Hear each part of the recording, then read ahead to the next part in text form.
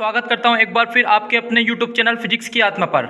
और आज हम बात करने वाले हैं जो रसायन विज्ञान कक्षा 11वीं है, कक्षा 11वीं, ठीक है, कक्षा 11th की हम बात करेंगे। इसमें 11वीं में संपूर्ण खाली स्थान, जो कि आपके त्रैमासिक परीक्षा या अर्धवार्षिक परीक्षा या आप वार्षिक परीक्षा की तैयारी कर रहे हैं, तो उस दृष्टि से ये महत्वपूर्ण है। और मैं ये गारंटी देता हूँ कि यहाँ पर जो भी आपको रिक्त स्थान पढ़ाए जाएंगे, इससे बाहर कोई सा भी रिक्त स्थान आपको नहीं आने वाला है। तो ये वीडियो यदि आपने देख लिया तो किसी और वीडियो को देखने की आपको आवश्यकता नहीं पड़ेगी। यहाँ पर आपको संपूर्ण रिक्त स्थान करवाए जाएंगे। तो आइए बढ़ते हैं पहले रिक्त स्थान की तरफ। यूनिट 1 में यूनिट वाइज आपको बोलते जाऊंगा। तो पहले यूनिट 1 की बात करूंगा। यूनिट 1 का नाम है रसायन विज्ञान की कुछ मूल अवधारणाएं। तो इसका पहला जो खाली स्थान है, इसको ध्यान देना, एक डेकामीटर क्यूब बराबर कितना होता है? डेढ़ आ रहा है, सेंटीमीटर क्यूब के बराबर होता है। तो ध्यान रखना, एक डेकामीटर जो होता है वो हमेशा कितने के बराबर होता है? 10 सेंटीमीटर के बराबर होता है। कितने के बराबर? 10 सेंटीमीटर। यदि यहाँ पे क्यूब लगा देंगे तो यहाँ भी कितना हो जाएगा? क्यूब हो जाएगा, यानी कि कितना हो जाएगा? 1000। कितना हो जाएगा? 1000 सेंटीमीटर क्यूब। तो पहले रिक्त स्थान में आएगा आपका 1000 सेंटीमीटर क्यूब। ओके, फिर बढ़ते हैं सेकंड रिक्त स्थान की तरफ। ठीक है, तो सेकंड पूछा गया है 1000 ग्राम विलायक में उपस्थित विलय के ग्राम अणुओं की संख्या क्या कहलाती है? तो आपको पता है 1000 ग्राम विलायक में उपस्थित विलय के मोलों की संख्या जो होती है उसको हम मोललता कहते हैं। क्या कहते हैं? मोललता। ओके, मैं आंसर बता जाऊंगा। आप भी आपका आंसर प्रेडिक्शन करना कि आपने क्या सोचा दिमाग में, ताकि आपको भी पता चले कि आपको कितना आता है कितना नहीं आता है। ओके, स्पीडली हम सारे खाली स्थान करेंगे। फिर आपका किसी तत्व का वहां सूक्ष्मतम कण जो रासायनिक अभिक्रिया में भाग लेता है किंतु स्वतंत्र अवस्था में नहीं रह सकता, तो बच्चों उसको क्या कहा जाएगा? उसको कहा जाएगा परमाणु। क्या कहा जाएगा? इसके रिक्त स्थान में आएगा परमाणु। ओके, ये 2018-19 में आ चुका है अगला वाला। तो आप जो सेल्सियस एवं फारेनहाइट स्केल में सामान्यतः तो वेरी वेरी IMP 3 स्टार लगा लिए। इसमें आएगा -40। कितना आएगा? -40। रिक्त स्थान थर्ड के बाद हम फोर्थ के बाद आगे बढ़ते हैं। ठीक है, रिक्त स्थान नंबर यहाँ पे देखिए 5, जो कि देखो सन डले में इनके सामने। ओके, थोड़ा इसको स्मॉल कर लेते हैं। देखिए यहाँ पे शुद्ध जल की मोलरता पूछी गई। शुद्ध जल की जो मोलरता होती है वो होती है 55.56 लिख दो या 55.5 लिख दो। और सभी बच्चों को मैं बताना चाहता हूँ, हमारा आपके अपने यूट्यूब चैनल फिजिक्स की आत्मा पर कक्षा 11वीं के सही विकल्प का वीडियो बना दिया गया है। संपूर्ण सही विकल्प का खाली स्थान का हम बना रहे हैं। इसके बाद हम एक शब्द वाले क्वेश्चन भी आपको दे देंगे, सत्य सत्य हम आपको दे देंगे, ताकि आपके ऑब्जेक्टिव टाइप क्वेश्चन जो 28 नंबर आते हैं वो पूरे के पूरे आप 28 में 28 ला सको। तो आइए चलते हैं सेकेंड अगले क्वेश्चन की तरफ। तो अगला क्वेश्चन आपका रसायन विज्ञान का जनक कौन है? तो रसायन विज्ञान का जो जनक है वो है लेवोजिए। क्या नाम है इसका? लेवाजिए। यहाँ पे लिख देता हूँ मैं, लेवाजिए। और बच्चों यदि आप त्रैमासिक की तैयारी करते हो तो आपको मैं यूनिट बता दूंगा, उसके हिसाब से आपको यूनिट तैयार करना है। यदि आप अर्धवार्षिक की करते हो तो आपको अपने ब्लूप्रिंट के हिसाब से कितने यूनिट आने वाले हैं तो वही यूनिट आपको तैयार करना है, बाकी आप ना देखें। ठीक है, अब यूनिट 1 चल रहा है आपका। फिर उसके बाद आती है किसी गैस के 1 ग्राम मोल में अणुओं की वास्तविक संख्या कितनी होती है? तो बेटा ये वेरी वेरी IMP है। 1 ग्राम जब भी बात हो किसी गैस के लिए तो वहाँ पे आंसर आता है आपका 6.02 इंटू 10 की पावर 23। ओके, कुछ बच्चों का डाउट होगा तो ये कभी कभी 6.022 भी होता है, इंटू 10 की पावर 23 हो सकता है। ओके, या 6.023 इंटू 10 की पावर 23। कोई सा भी आंसर आप लिख सकते हो, सभी राइट ही माने जाएंगे। ओके, अगली बात करते हैं STP। ठीक है, STP पर 22.4 लीटर हाइड्रोजन गैस में अणुओं की संख्या होगी। तो देखिए आंसर भी वैसे ही लिखे हुए हैं, 6.02 इंटू 10 की पावर 23। सारे आंसर आप मिला सकते हो, मैच कर सकते हो, अभी हमने किए जो। आगे बढ़ते हैं। ठीक है, अब बात करूंगा बेटा मैं इसके बाद अब बात होगी आपकी यूनिट 2 की। किसकी बात होगी? यूनिट 2। तो मैं बता देता हूँ यूनिट 2 का जो नाम है, यूनिट 2 है, ये यूनिट 2 के खाली स्थान है। ओके, यूनिट 2 का नाम है परमाणु संरचना। परमाणु संरचना। तो परमाणु संरचना हम पढ़ने वाले हैं, तो इसलिए मैं आपको यूनिट बताना हूँ ताकि आपको ये पता चल जाए कि आप कौन सी एग्जाम की तैयारी कर रहे हैं और आपके एग्जाम में कितने यूनिट आने वाले, कौन कौन से चैप्टर आने वाले हैं, तो उसी हिसाब से आप खाली स्थान देखना है आपको। ओके, अब बात करते हैं यहाँ पर अनिश्चितता का सिद्धांत। अनिश्चितता का सिद्धांत तथा पदार्थ की तरंग प्रकृति तो किसने दी है? तो देखना, अनिश्चितता का सिद्धांत आपको पता ही है, इसके बारे में बताया हाइजेनबर्ग ने। ठीक है, पहले का जो आंसर रहेगा हाइजेनबर्ग। Okay, Heisenberg. ओके, इस रिक्त स्थान में हाइजेनबर्ग आएगा। और जो सेकंड लिखा है जो तरंग प्रकृति का सिद्धांत दिया था वो डी ब्रोगली ने। सेकंड में क्या आएगा आपका? डी ब्रोगली, दे ब्रोगली भी इसको कहा जाता है। ओके, पहले जो है उसके दोनों खाली स्थान बता दिए हैं। बात करते हैं दूसरे की। तो दूसरा है आपका एक ही कक्षक में उपस्थित 2 इलेक्ट्रॉन के जो चक्रण होते हैं वो हमेशा कैसे होते हैं? विपरीत होते हैं। क्या होते हैं? विपरीत होते हैं। फिर बात की जाएगी यहाँ पर नाभिक के चारों ओर का वहाँ त्रिविमीय क्षेत्र जहाँ इलेक्ट्रॉन पाए जाने की संभावना अधिकतम होती है उस क्या कहलाता है? तो ध्यान रखना क्या कहलाएगा, तो इसमें आएगा कक्षक। क्या आएगा? कक्षक, उसको हम कक्षक कहते हैं। फिर बात होती है चौथे नंबर की, देखना नाभिक में उपस्थित प्रोटॉन तथा न्यूट्रॉन को क्या कहा जाता है? न्यूक्लियन। क्या कहा जाता है?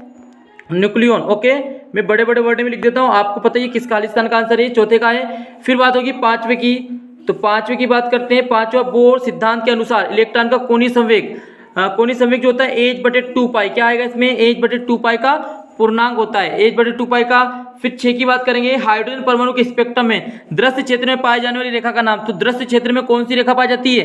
तो याद रखना बामर श्रेणी। कौन सी? बामर। याद होगा आपको, एक लाइमन होती है, फिर उसके बाद पहले नंबर पे लाइमन आती है, दूसरे में बामर, फिर तीसरे पे क्या आती है आपकी? पाश्चन आती है, फिर चौथे पे ब्रैकेट और फिर फुंड। जो आपकी लाइमन होती है ये सूर्य प्रकाश में पाई जाती है पराबैंगनी में। बामर जो होती है आपकी ये होती है दृश्य क्षेत्र में पाई जाती है, और जो पाश्चन होती है उसके बाद पाश्चन ब्रैकेट फुंड तीनों की तीनों अवरक्त क्षेत्र में पाई जाती है। ओके, ध्यान रखना है। फिर उसके बाद आगे बढ़ते हैं बेटा, क्वेश्चन नंबर बात करते हैं यहाँ पर 7 की बात करूंगा मैं। तीसरी कक्षा संबंधित कक्षाओं की कुल संख्या।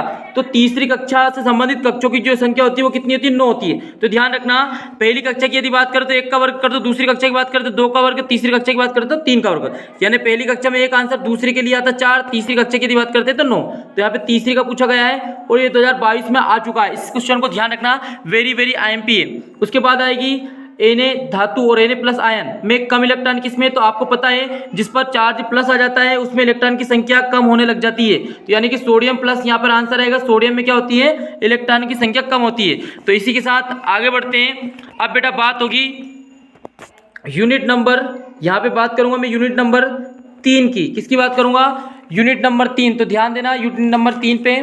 तो यूनिट नंबर 3 की तरफ हम बढ़ते हैं और यूनिट 3 का जो नाम है वो याद रखना, क्या नाम है? तत्वों का वर्गीकरण। पाठ का नाम है तत्वों का वर्गीकरण और गुणधर्मों में आवर्तिता। आवर्तिता मैंने पाठ का नाम बता दिया है ताकि आपको पता रहे। देखो पहला ही ऑब्जेक्टिव जो कि 2022 में आया है, तो सोचिए वेरी वेरी IMP, उभयधर्मी ऑक्साइड है। उभयधर्मी ऑक्साइड कौन है? तो याद कर लेना, उभयधर्मी ऑक्साइड होता है Al2O3, एल्यूमिनियम ऑक्साइड। Al2O3 जो होता है आपका उभयधर्मी ऑक्साइड होता है। फिर बात होगी यहाँ पर क्वेश्चन नंबर 2 की, नाभिकीय आवेश में वृद्धि होने पर आवर्त में परमाणु आकार, आवर्तन परमाणु आकार क्या होता है? घटता है। जब भी नाभिक का आवेश बढ़ेगा तो नाभिक क्या करेगा? जो परमाणु का बाह्यतम इलेक्ट्रॉन रहेंगे उनको अपनी तरफ खींचेगा, जिससे क्या होगा? आकार घटने लग जाएगा। फिर बात होगी तत्वों के गुणों की क्रम से पुनरावृत्ति को क्या कहा जाता है? तो आवर्तिता। क्या कहते हैं? आवर्तिता कहते हैं, आवर्तिता। ओके, उसके बाद यदि मैं बात करूं लास्ट वाले क्वेश्चन की, कैल्शियम प्लस आयन की त्रिज्या पोटेशियम आयन की त्रिज्या की अपेक्षा कैसी होती है? अधिक होती है। बेटा अधिकतम होती है। क्यों होती है अधिकतम? तो समझ लेना यहाँ पे थोड़ा सा, कैल्शियम प्लस पे 2 चार्ज है और K प्लस पे क्या है? 1 चार्ज है। तो आयनिक त्रिज्या का मतलब ये होता है कि जिसके ऊपर जितना ज्यादा प्लस में चार्ज होगा उसकी त्रिज्या कम होगी, और जिस पर प्लस का चार्ज कम होता जाएगा उस पर आयनिक त्रिज्या ज्यादा होगी। तो देखो कैल्शियम प्लस आयन का त्रिज्या K प्लस आयन की त्रिज्या की अपेक्षा क्या होती है? अधिकतम होती है। ये ध्यान रखना आपको। ओके, तो ये था आपका यूनिट नंबर 3। तो अब बात करेंगे यूनिट नंबर 4 की। किसकी बात करूंगा बेटा? Unit number 4। यूनिट नंबर 4 का नाम है रासायनिक। ठीक है, पार्ट का नाम बताता हूँ, रासायनिक बंधन। ठीक है, यह रासायनिक आबंधन बोलते हैं इसको, रासायनिक आबंधन एवं आणविक संरचना। ये पार्ट का नाम बोल दिया। यूनिट 4 की हम बात करेंगे। तो यूनिट 4 में से भी देखिए कौन कौन से खाली स्थान बहुत ज्यादा IMP है जो एग्जाम में अक्सर आते हैं। सन के साथ मैंने दे दिया, पहले ही खाली स्थान देखिए आप, तो आप बोलोगे 2000 कब आए पहले ही खाली स्थान? तो बेटा 2000, एक मिनट, जो पहला खाली स्थान है इसको मैं बताता हूँ, ये आपका 2024 और 22 में आ चुका है। BF3 एक अणु है।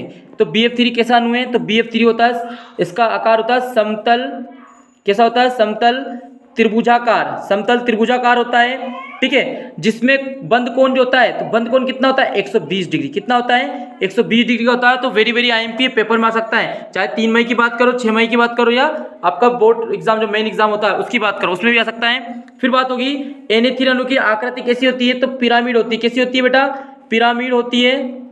ओके, फिर जल के अणु HOH में जो बंद होता है वो होता है 104.5 डिग्री का। कितना होता है? जल के अणु में जो बंद कोण होता है 104.5 डिग्री का होता है। इसके बाद बात होगी प्रबल हाइड्रोजन बंध तथा हाइड्रोजन के मध्य बनता है। तो प्रबल हाइड्रोजन बंध किसके बीच बनता है?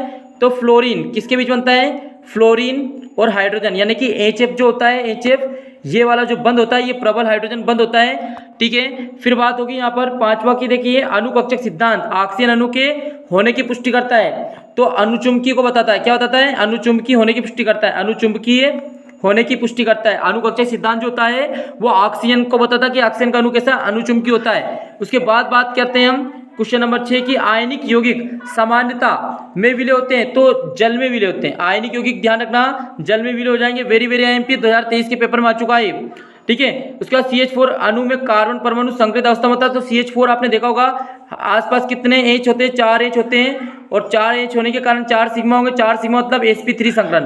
क्या आएगा इसमें, तो सातवें में ध्यान रखना है sp3 आएगा, ओके sp3 आएगा इसमें सातवें में। फिर लास्ट है जल अणु में संकरण, तो जल में भी कौन सा संकरण पाया जाता है, sp3 पाया जाता है। तो ये जो जल वाला है ये भी बहुत ज्यादा IMP क्वेश्चन है जो आता रहता है। तो इसी के साथ अगली यूनिट की तरफ बढ़ते हैं। यूनिट नंबर यहाँ पर 5 की बात करेंगे।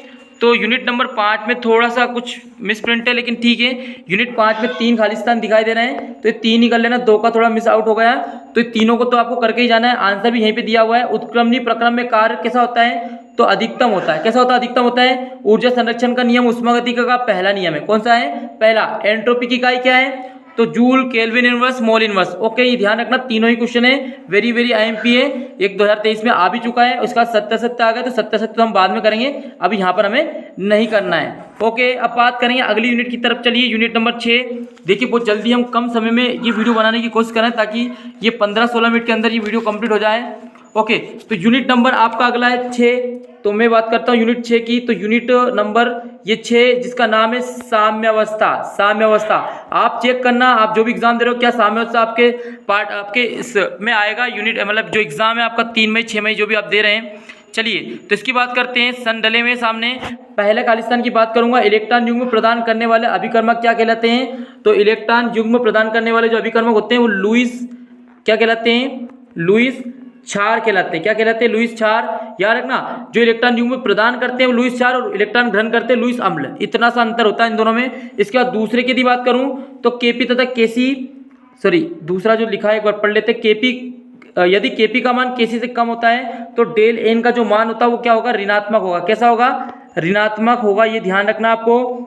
फिर एसिटिक अम्ल और सोडियम एसिटेट का विलयन किसका उदाहरण है, तो ये अम्लीय बफर का उदाहरण। किसका उदाहरण है बेटा, अम्लीय बफर। याद रखना, अम्लीय बफर विलयन का उदाहरण है। बहुत ज्यादा यहाँ पे 2019 में आ चुका है। फिर बात होगी यहाँ पर 10⁻⁸ मोलार NaOH की pH का मान लगभग कितना होता है, तो 7 होता है। कितना होता है, 7 होता है। फिर 5वां है दुर्बल विद्युत अपघट्य के वियोजन की मात्रा विलयन के तनुता के वर्गमूल के, किसके वर्गमूल के समानुपाती, वर्गमूल के समानुपाती होती है। और लास्ट है pH मापक्रम की अवधारणा किसने दी है, तो सोरेनसन ने। किसने दी है, सोरेनसन ने दी है। ध्यान रखना 2023 में आ चुका है क्वेश्चन, बहुत ज्यादा MP है। यहाँ पर आपकी यूनिट 6 भी कंप्लीट होती है। अब हम बात करेंगे यूनिट नंबर 7 की। तो यूनिट नंबर 7 जो है ये रेडॉक्स अभिक्रिया पार्ट का नाम क्या है, रेडॉक्स। ओके, रेडॉक्स में बोल देता हूँ पहले। रेडॉक्स यूनिट नंबर आपका 7 है। इसका एक और भी नाम है जिसको बोला जाता है अपच, ठीक है, अपचयोपचय अभिक्रियाएं। तो ये पार्ट का नाम है, ध्यान रखना। यूनिट 7 जल्दी से निपटाते इसको। ओके, तो पहला है K2Cr2O7 में क्रोमियम की ऑक्सीकरण संख्या कितनी होती है, तो बेटा आप इसको अभी ध्यान रखना है, +6 होती है। इसको हम करके अलग से बताएंगे आपको ऑक्सीकरण संख्या वाला। वैसे हमने बेसिक केमिस्ट्री में पढ़ा दिया, वहां पर आप ऑक्सीकरण संख्या निकालना सीख सकते हैं। हेलाइडों में सबसे प्रबल अपचायक कौन सा है, तो हेलाइड जो होता है उसमें सबसे प्रबल होता है I-। क्या होता है, आयोडीन जो होता है सबसे प्रबल अपचायक होता है। इसके बाद तीसरे नंबर की बात करें, वहां प्रक्रम जिसमें इलेक्ट्रॉन का त्याग होता है, जिसमें इलेक्ट्रॉन का त्याग होता है वो होता है ऑक्सीकरण। क्या होता है, ऑक्सीकरण होता है। बेटा मैं स्पीड से पढ़ा रहा हूँ, जिसको स्पीड से, क्योंकि कम समय में ज्यादा पढ़ना है तो स्पीड से एक बार आपको रिवाइज कर लेना है। और यदि जिस बच्चों को थोड़ा स्लो समझना है तो स्पीड आप धीरे कर लेना। आपके जो भी वीडियो यूट्यूब से देख रहे हैं वहां पे जब आप जाओगे तो स्पीड सेक्शन में जाके स्पीड कम कर सकते हो, ये स्पीड बढ़ा भी सकते हो कोई, ठीक है। ऑक्सीकारक इलेक्ट्रॉन करता है, तो ऑक्सीकारक क्या करता है, इलेक्ट्रॉन ग्रहण करता है। जो ऑक्सीकारक होगा वो इलेक्ट्रॉन को ग्रहण करेगा। मुक्त अवस्था में किसी तत्व की ऑक्सीकरण संख्या कितनी होती है, तो 0 होती है बेटा। कितनी होती है, 0 या 0 होती है। जब भी कोई मुक्त अवस्था में उसकी ऑक्सीकरण संख्या 0 रहेगी। फिर बात होगी फ्लोरीन की ऑक्सीकरण संख्या सदैव कितनी रहती है, क्या होती है, -1 होती है फ्लोरीन की ऑक्सीकरण संख्या, क्योंकि यहाँ सर्वाधिक कैसा होता है, ये ऋणात्मक होता है। यहाँ पे ऋणात्मक आएगा, सर्वाधिक ऋणात्मक तत्व होता है। फिर बात होती है 7वें की Fe2O3 में Fe की ऑक्सीजन संख्या कितनी होती है? तो +3 आएगी। कितनी आएगी बेटा? +3। बिल्कुल सिंपल है। देखो ऑक्सीजन संख्या निकालना थोड़ा बता देता हूँ। यहाँ पर आयरन की पूछिए तो आयरन को हम क्या मान लेंगे? x। क्या मान लेंगे? x। और कितने आयरन है? तो 2 आयरन है तो 2 लगाएंगे। फिर प्लस ऑक्सीजन की ऑक्सीजन संख्या यहाँ पर कितनी होती है? -2 होता है। और कितने ऑक्सीजन है? 3 है, बराबर 0 लगा देंगे। ठीक है, तो ध्यान देना 2x तो यहाँ से जाएंगे 2x, ठीक है, 2x बराबर यहाँ कितना जाएगा? 2 तिया 6, तो 6 को उधर ले जाएंगे तो प्लस के 6 हो जाएंगे। फिर 2 तिया 6 कर देंगे तो x का मान कितना आएगा? +3 आएगा। तो इस तरीके से 7 में आएगा +3। 8वां देखिए, प्रक्रिया जिसमें इलेक्ट्रॉन ग्रहण करते हैं। तो इलेक्ट्रॉन ग्रहण करते हैं तो आपको पहले ही बताया, क्या बोलता है उसको? अपचयन कहा जाता है। क्या कहा जाता है? अपचयन कहते हैं। उसी प्रकार दहन एक कैसी अभिक्रिया है? तो दहन ऑक्सीकरण है। जब भी कोई चीज जलती है, दहन होता है, वहां पर ऑक्सीकरण होता है, इलेक्ट्रॉन निकल जाते हैं, ऑक्सीकरण होती है। फिर बात होगी 10वां है आपका डेनियल सेल में प्रयुक्त धातु है। डेनियल सेल में क्या होता है? एक तो जिंक होता है और एक कॉपर होता है। ध्यान रखना, वेरी वेरी IMP, कॉपर और जिंक होता है। और मैं आपको थोड़ा बता देता हूँ, जो प्रक्रिया यहाँ पर लिखी थी 8वां वाला देखिए यहाँ पर 2019 में और 24 में आ चुका है 8वां वाला, तो उसको थोड़ा सा ध्यान रख लेना। इसके साथ आपका यूनिट नंबर 7 भी यहाँ पे कंप्लीट होती है। अब बात होगी यूनिट नंबर 8 की, और आपको पता है टोटल यूनिट कितनी है आपके इसमें सिलेबस में? 9 यूनिट है। देखिए यहाँ से यूनिट नंबर में 8 की बात करता हूँ, ये लिख देता हूँ यहाँ पर। यूनिट नंबर हम 8 पढ़ने वाले हैं। देखो बहुत जल्दी स्पीड से कर रहे हैं। यूनिट नंबर 8, आपको सिलेबस जितना आता है उतनी यूनिट आपको करना है। यूनिट नंबर 8 का नाम बताता हूं मैं, कार्बनिक रसायन। क्या नाम है इसका? कार्बनिक रसायन है। कुछ आधारभूत सिद्धांत एवं तकनीक के पाठ का नाम। तो चलो पहले की बात करते हैं, क्रोमेटोग्राफी की एक अति उपयोगी तकनीक। तो क्रोमेटोग्राफी क्या होती है? शोधन की। किसकी? शोधन की। किसी चीज को शुद्ध करना, उसकी क्रोमेटोग्राफी एक तकनीक होती है। ठीक है, फिर बात होगी जेल्डोल विधि का उपयोग। तो बेटा बहुत ज्यादा MP, जेल्डोल विधि का उपयोग कहाँ होता है? नाइट्रोजन में। कहाँ होता है? नाइट्रोजन के आकलन में किया जाता है। उसके बाद देखिए थोड़ा मैं बता भी देता हूँ आपको कि ये सन 2022 में आया था। फिर बात होगी एल्कोहल के साथ समावेवी। एल्कोहल जो होता है वो ईथर के साथ समवेत, ईथर आएगा इसमें। क्या आएगा? ईथर आएगा। फिर चौथे की यदि बात करूं मैं, तो चौथा क्वेश्चन देखिए, प्रेरण प्रभाव स्थायी है। कैसा है बेटा? प्रेरण प्रभाव की जब भी बात हो स्थायी, जबकि इलेक्ट्रोमैग्नेटिक प्रभाव क्या होती है? अस्थायी। ये दोनों ध्यान रखना। प्रेरणिक प्रभाव तो स्थायी होता है, प्रेरणिक प्रभाव स्थायी होता है, लेकिन इलेक्ट्रोमैग्नेटिक प्रभाव अस्थायी होता है। बेंजिल कार्बोनियम आयन का स्थायित्व मेथिल कार्बोनियम से कैसा होता है? अधिक होता है। कैसा होता है बेटा? अधिक होता है। फिर प्राथमिक क्रम में आयन इन से आता है तो बाद में आता है। कब आता है? बाद में आता है। जब भी हम क्रम पढ़ेंगे, जब हम IUPAC नेम पढ़ेंगे तो प्राथमिकता क्रम में आयन जो होता है इनके बाद में आएगा। ठीक है, पहले इन आएगा फिर आयन आएगा। इन का मतलब होता है डबल बॉन्ड, आयन का मतलब होता है सिंगल बॉन्ड। बेंजीन का मूलानुपाती सूत्र सबको याद ही होगा, CH। क्या होता है? CH मूलानुपाती सूत्र है। इसमें जिसका मल्टीप्लाई कर दो तो सेम नंबर का, जैसे 6 का इंटू करा तो C6 से H6, ये बेंजीन का होता है। तो मूलानुपाती की बात होगी तो CH आएगा। क्या आंसर आएगा? CH। चलो यहाँ पर यूनिट नंबर हमने 8 भी कर दिए। इसका लास्ट यूनिट और देख लीजिए, यूनिट नंबर 9 है यहाँ पर। ठीक है, यूनिट नंबर 9 में थोड़े फिलिंग द ब्लैंक्स ज़्यादा है तो कोई दिक्कत नहीं है, स्कोर कर देते हैं। तो यूनिट नंबर आपका यूनिट नंबर में बोल देता हूँ ये 9 है। कौन सा बेटा? 9। इसका नाम बता देता हूँ, हाइड्रोकार्बन। पार्ट का नाम क्या है? हाइड्रोकार्बन है। क्या नाम है? हाइड्रोकार्बन है। ओके, अब हाइड्रोकार्बन है तो जल्दी से चलो पहला बताना, एथिलीन पर क्षारीय के MNO की अभिक्रिया से प्राप्त होता है। तो क्या प्राप्त होता है? तो इसका ध्यान रखना, एथिलीन, आंसर याद रखना, लिखते जाना चाहो तो एथिलीन ग्लाइकोल प्राप्त होता है। फिर दूसरे की यदि बात करूँ, एसिटिलीन अमोनिया में कुप्रस क्लोराइड के विलयन में प्रवाहित करने पर कैसा रंग देता है? रंग का उच्छेद देती है। तो ध्यान रखना ये लाल आएगा। इसमें कौन सा रंग आता है? लाल आता है। एक असममित एल्किन पर HBr का योग मार्कोनी-काप नियम, ये मार्कोनी-काप नियम आएगा। इसमें तीसरे में क्या आएगा बेटा? मार्कोनी-काप नियम। चौथा देखो, मार्स गैस का प्रमुख घटक क्या होता है? तो मार्स गैस में प्रमुख घटक होता है मेथेन। ध्यान रखना क्या होता है? मेथेन। ये सन आपको दिखाई नहीं देंगे, थोड़ा स्मॉल करके सन बताता हूँ। ये कुछ क्वेश्चन यहाँ पे, ये नीचे वाले क्वेश्चन है जो सन में आए हुए हैं, तो वो भी ध्यान रखना आपको। 2022, 23, 24 सब आ चुके हैं। तो अभी तो हम बात करते हैं क्वेश्चन नंबर 5 की। एल्किनो की वाष्पशीलता एल्किनो में कम होती है।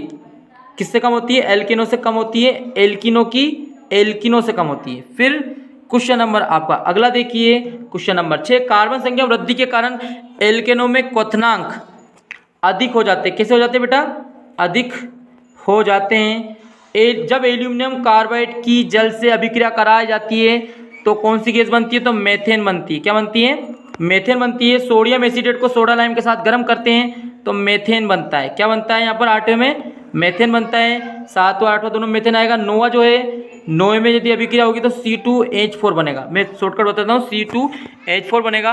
क्योंकि हमारे पास थोड़ा समय ज़्यादा हो गया तो 2-3 क्वेश्चन और कर लेते हैं।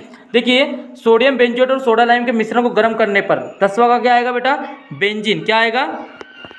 बेंजीन आएगा। 11 देखिए, अमोनिकल सिल्वर नाइट्रेट के साथ अभिक्रिया में एसिटिलीन अम्लीय गुण दर्शाता है। कौन सा दर्शाता है? अम्लीय गुण दर्शाता है। एल्काइन का सूत्र, तो बेटा एल्काइन का जो सूत्र होता है ध्यान रखना, CnH2n-2 होता है। एल्काइन का होता है -2, और यदि यहाँ पर इसको प्लस कर दूँ तो एल्केन का बन जाएगा, और यदि +2 को हटा दे तो एल्किन का बन जाएगा। तो ये सूत्र आपको याद रखना है। ओके, एक बार और बोल देता हूँ, CnH2n-2 तो एल्काइन, जैसे ही प्लस कर दिया तो एल्केन, और +2 हटा दे तो एल्किन।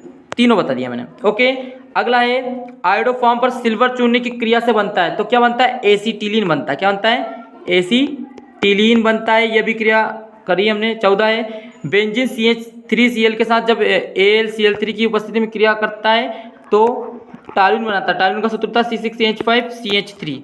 तो बच्चों, मैंने यहाँ पर आपको यूनिट 1 से लेकर यूनिट 9 तक ओनली 20 से 21 मिनट में पूरा वीडियो कंप्लीट कर दिया। तो आपने यदि केवल ये 20 मिनट दे दिए एक बार, तो आपका जो मेन एग्जाम है वहाँ तक की पूरी तैयारी हो जाएगी। तो ठीक है, इस वीडियो के बाद आपको मैं अगला वीडियो लेके आऊँगा जिसमें एक शब्द हम पढ़ने वाले हैं, सारे एक शब्द में कंप्लीट करवा दूंगा। ओके बच्चों, जय हिंद, जय भारत।